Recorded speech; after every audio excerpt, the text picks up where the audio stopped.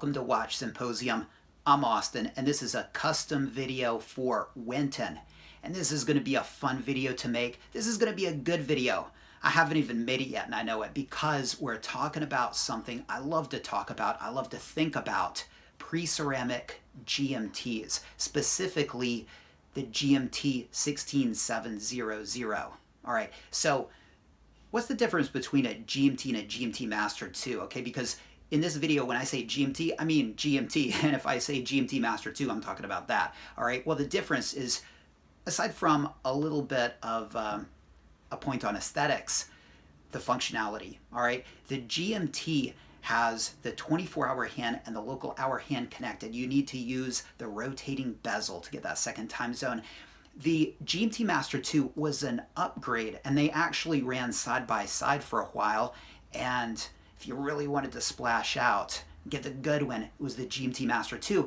And functionally speaking, the difference was that the 24-hour hand and that local hour hand could be separated. Now, sometimes you hear people say that the GMT Master 2 will give you 3 time zones. That always kind of bugs me because it only gives you 2 at one time, so it's only 2. But I think what they mean is if you use it in the right way, it's easy to figure out 3 time zones. And the way you would do that is you would set the 24-hour hand to the GMT time, Greenwich Mean Time.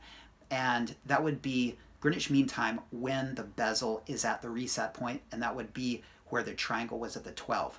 And then your local hour hand would tell you your home time. And then when you traveled, you would use the bezel insert to quickly adjust the time zones.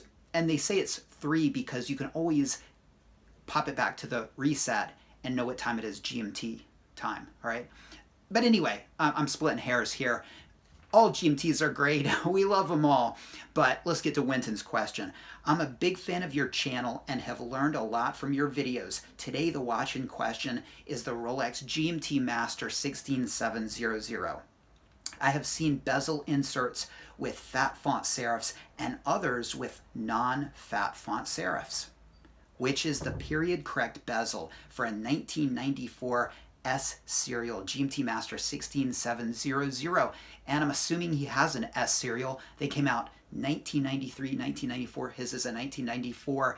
And before I talk about the bezel insert it should have, let me just say that nobody knows for sure about these things. We often talk about, when they change from the tritium to the Swiss to the Swiss to the Swiss made, and when they started using no-holes cases or solid in-link bracelets, and we give pretty accurate dates, but Rolex has never weighed in on these, and it's sort of this collective bit of knowledge we've all put together.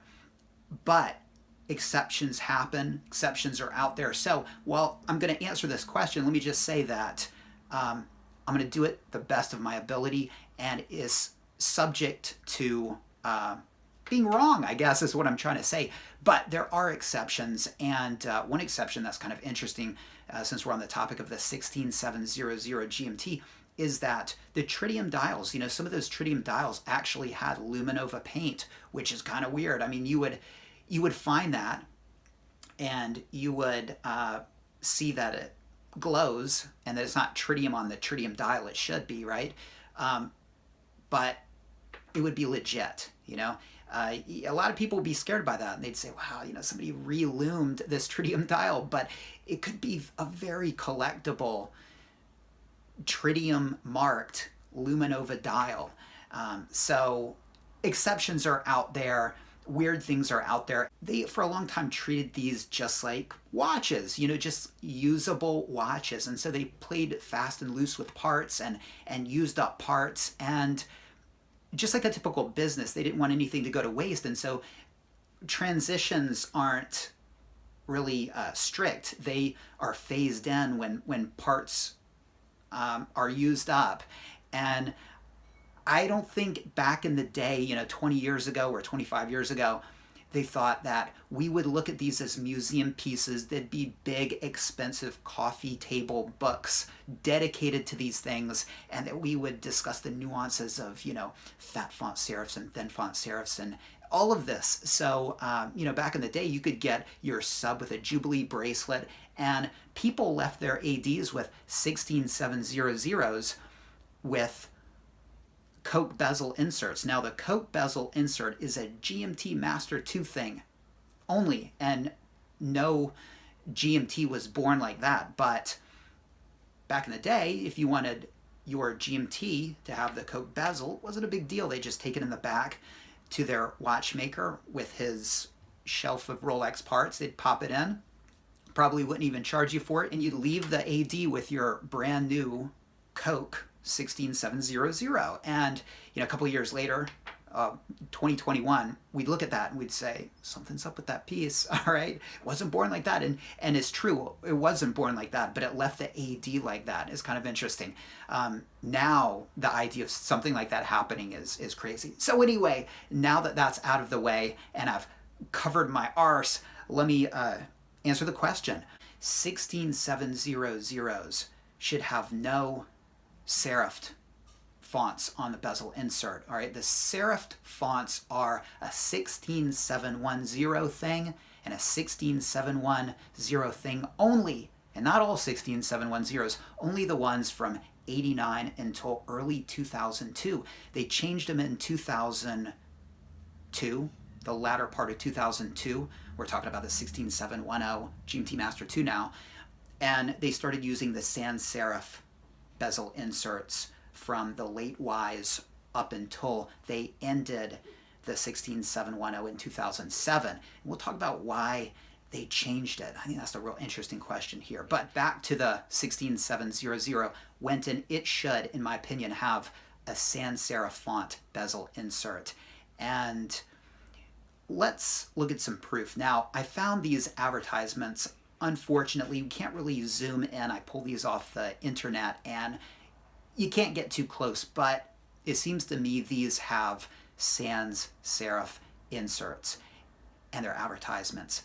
Now, another example comes from James over at Showcase Watches. Thank you for letting me use this picture, James. This is a picture of his tritium dialed 16700. It's got the faded Pepsi insert, and we're assuming that it's original. I think it's original. We can't be 100% sure, but look at it. It's got sans serif, but a thicker font, okay? Now, look at this. This is really interesting, and I think this really seals the deal here. This comes from a catalog, and you can see it's an all-black 16700, and you can see it's got thin font sans serif on the bezel insert. So James had sans serif, bit of a thicker font, whereas this in the catalog, in the booklet, has the thinner font sans serif. So I think I can say pretty confidently, Wenten, that a 16700 should have no serifs. All right, those fat font serifed bezel inserts are for 90s and early 2000s GMTs.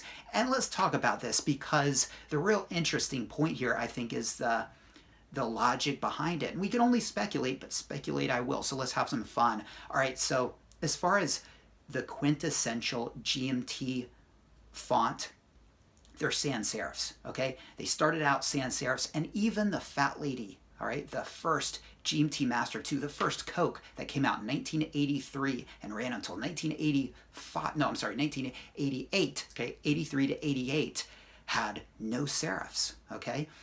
And the Fat Lady ran alongside the 16750 until 1988. In 1988, the 16750 became the 16700.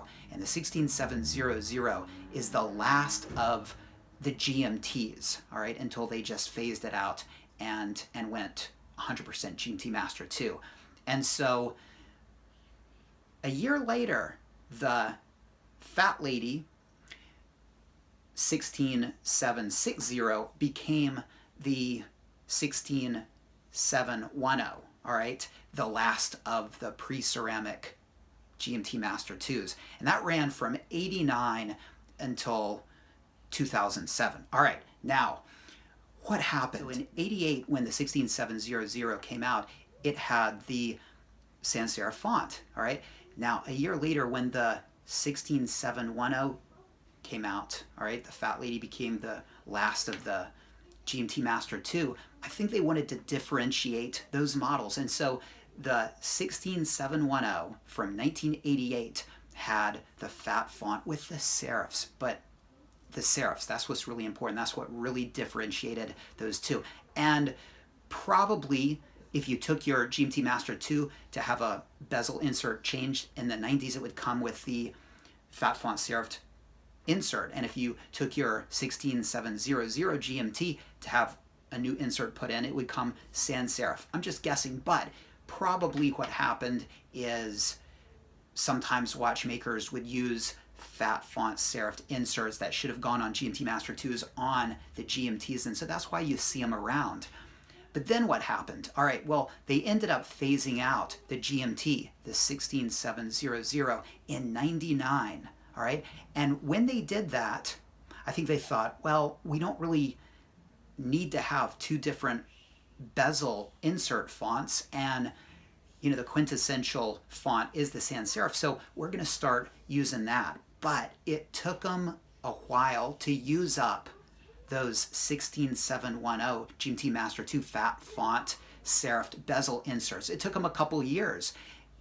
They probably had a couple 100,000 of them, and it probably took up until mid-2002 before they used them up. And from mid-2002 onward, the GMT Master 2 had the sans serif font. So if you have a D serial or an F serial or a Z or an M, it's going to have the sans serif font because they had run out of the fat font serifed bezel inserts. Now the question is kind of interesting. Why didn't they just stick with the serifed inserts going forward? And I think it's two reasons. I think number one, the sans serif is really the quintessential GMT font. I think they wanted that. They wanted to stick to that. And also, they just wanted one insert to do everything. And it was a clear choice to go with the sans serif insert because the 16755, the 16750, the Fat Lady 16760, and the 16700 all had sans serifs. And so if they came to RSC for a service, they would be getting a more accurate insert.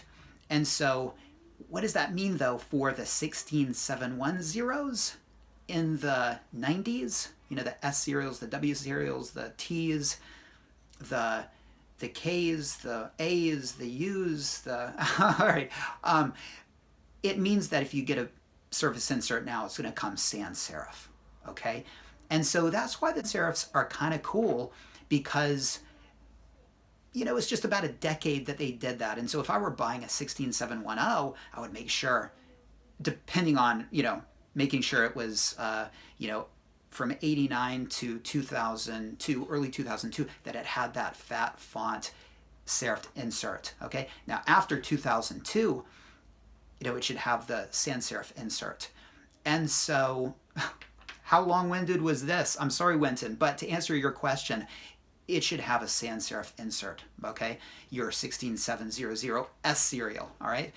Now, it's kind of interesting because if you have a 16700 GMT with the fat font serifed insert, it might have gotten a service insert along the way, or just, somebody just put on the insert that they had. And anyway, what you're walking around with is a 16710 GMT Master 2 insert. And that's not a bad thing to have. Now, the interesting thing is, if you were to have a service insert put on your 16700 now, it would be kind of hard to tell, all right, because they're sans serif now. But could you know? Yes, because the originals are, well, they're basically wider, and the service insert font is more narrow, okay? It's basically just like somebody took that sans serif font and just squished it a little bit, and that marks it to me as a service insert. And of course, another way you would know is on the Cokes. The Cokes are a little bit on the red part crimson, but Winton, of course, a 16700, you'd never get a Coke on that. RSC wouldn't give you a Coke for that. So he's as we're going to see, asking about a Pepsi in the future. And so he must have an all black 16700S serial from 1994 at the moment. All right, so he continues, also, how do I go about buying a new GMT bezel Pepsi, all right, and Jubilee bracelet from RSC Japan? Do they require a full service where they replace parts, or am I able to just buy a bracelet and bezel off them when I visit Japan? All right, a little bit of RSC tourism here in Japan. It's a good place to do it. Now, you don't need a service, okay? You take your watch there, but they won't just sell you the parts. They need for you to give them the watch. They need to take the watch. They need to put on the parts themselves. And it takes usually about 4 or 5 days. Now, if you're in a rush, they'll speed it up for you if they know you need it, okay? But they can do it in 15 minutes, all right? But for some reason, they like to make you come in. Maybe they just don't want you stopping and, you know, like a bezel insert drive through and stopping for 15 minutes and getting a new bezel insert. Or maybe they want you to think you're getting your money's worth in regard to the $50 service cost. Or maybe they just put you at the back of the line for the small jobs and you just have to wait your turn. But from what I gathered, viewers who have come in and had work done, RSC was really good about working with them and getting it very quick to them. And I think one guy came in and they did it in 1 day. And this is assuming that they have the insert that you need and the Jubilee bracelet that you need. And there you go. Yeah, you'll get your old bracelet back and you'll get your, I'm assuming, all black insert back, and it'll have that Pepsi service insert. And again, the font will be sans serif. It'll be a little bit thinner, and even though it's got that red on there, it's not going to be that crimson red that the Coke seems to have. It'd be interesting to see if that Coke crimson red, how it ages. Will it fade and start looking more like the typical reds? I don't know. Anyway, let me know what you think, guys. Is this everything he said? Oh, he has a PS here. He says, also wanted to ask if you will be able to pick up stuff for us since the travel restrictions and ship them to us. Well, yes, Wenton, if you came to Japan and gave them your watch and had to leave, I would pick it up for you and I would ship it for you. It'd cost you a few bones, of course, but I would do that. But at the moment, EMS mail is not running to at least the States. And in fact, the only way you can send a watch to the States is by ship. It takes 2 or 3 months and, you know, nobody signs for it. I wouldn't do it like this, right? But once EMS starts running and it's safe, I would be willing to do it. But yeah, I would do it for you, okay, if you paid me some money. But you're probably not going to have to do that. You'll come first couple days, hit RSC, give them your watch, tell them your schedule. They'll work with you. It won't come to me having to pick up your watch. So they're pretty cool here. All right. Winton, thank you for the question. I had a great time talking about pre-ceramic GMTs. I love the things, man. I went by the bank the other day and wound mine, and oh man, it was just so nice. Now, the question for you guys, GMT or GMT Master 2, which is the way to go? Well, the 16700, I think that's collectible. I think collector-wise, the 16700 is the way to go. Those later U's and A's with the Swiss-only dial, the last of the 16700s, that's where the collector's pieces are. But as far as usability and fun, the 16710 with the 3 colors and the Coke and the separable hour hands. Yeah, so usability, I'd have to go with the GMT Master 2, but I love them all. Let me know what you think. Take care. Thanks for watching, and I'll see you next time.